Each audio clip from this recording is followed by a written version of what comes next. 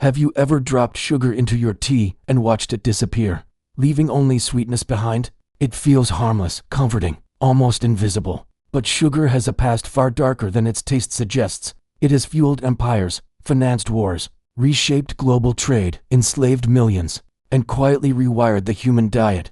This is not just the story of a food ingredient. This is the story of power, profit, and control hidden inside something we still call sweet.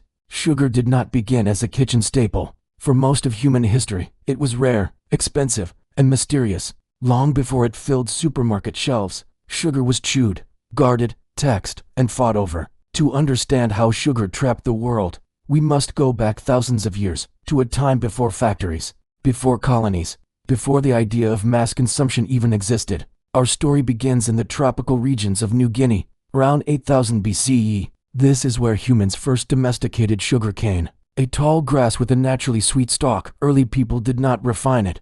They simply chewed the cane to enjoy its juice. From there, sugarcane slowly traveled across Southeast Asia and into India, carried by migration and trade. India would become the true birthplace of sugar as we know it. By around 500 BCE, Indian farmers and scholars had learned how to extract juice from sugarcane, boil it, and crystallize it into solid sugar. This was a revolutionary moment. Sugar could now be stored, transported, and traded.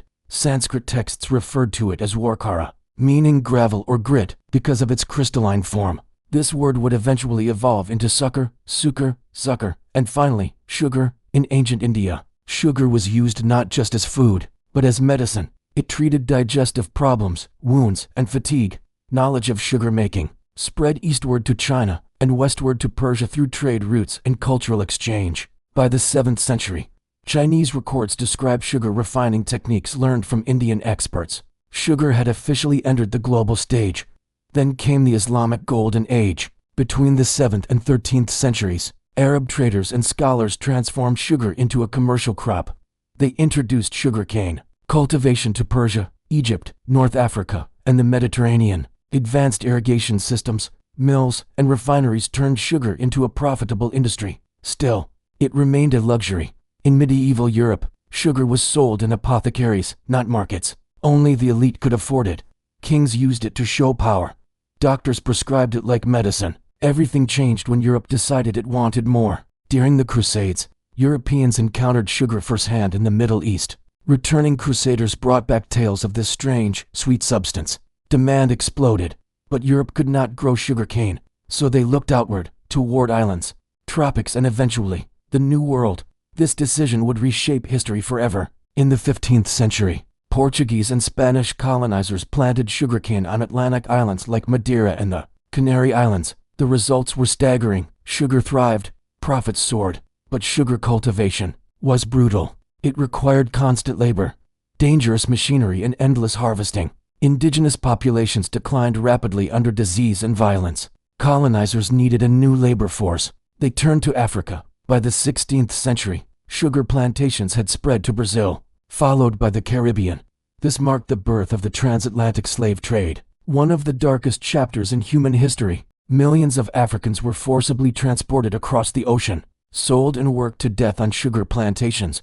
Sugar was not just grown with slave labor, it depended on it. Plantations ran day and night. Enslaved workers cut cane under the sun, crushed it in mills, boiled it in dangerous fats, and packed it for shipment. Life expectancy was horrifyingly low. Plantation owners considered enslaved people replaceable. Sugar profits were so high that human lives were treated as disposable inputs. By the 18th century, sugar had become the backbone of European economies. Entire empires were built on it. Britain, France, Spain, and the Netherlands fought wars over sugar colonies. The Caribbean became one of the most valuable regions on Earth. At its peak, sugar accounted for nearly 1/5 of all European imports. This is the part of history we rarely associate with sweetness. If this story is already changing the way you look at everyday food, take a moment to like this video. It helps this channel uncover more hidden histories like this one. And if you are new here, subscribe, because this story is only getting deeper. Then came resistance. In 1791, enslaved people in the French colony of Saint-Domingue launched the Haitian Revolution. It was the most successful slave revolt in history. By 1804, Haiti became the first black republic and the world's richest sugar colony collapsed. Sugar production shifted again, this time to Cuba and Brazil. Slavery would eventually be abolished, but exploitation did not end. Plantation owners replaced slaves with indentured laborers from India and China, trapping them in harsh contracts. Sugar adapted. It always did. The 19th century introduced a new twist. During the Napoleonic Wars, Britain cut off France's access to Caribbean sugar. In response, French scientists perfected the extraction of sugar from sugar beets. For the first time, sugar could be produced in colder climates. This broke the tropical monopoly and changed global production forever. Industrialization took over. Steam-powered mills, railroads, and mechanized refineries made sugar cheaper and faster to produce. By the late 1800s, sugar was no longer a luxury. It became a daily necessity. Workers sweetened tea, children ate candies, factories used sugar to preserve food, consumption skyrocketed. But the human body was not ready. For thousands of years, humans consumed sugar rarely, mostly from fruits or honey. Suddenly, refined sugar flooded diets.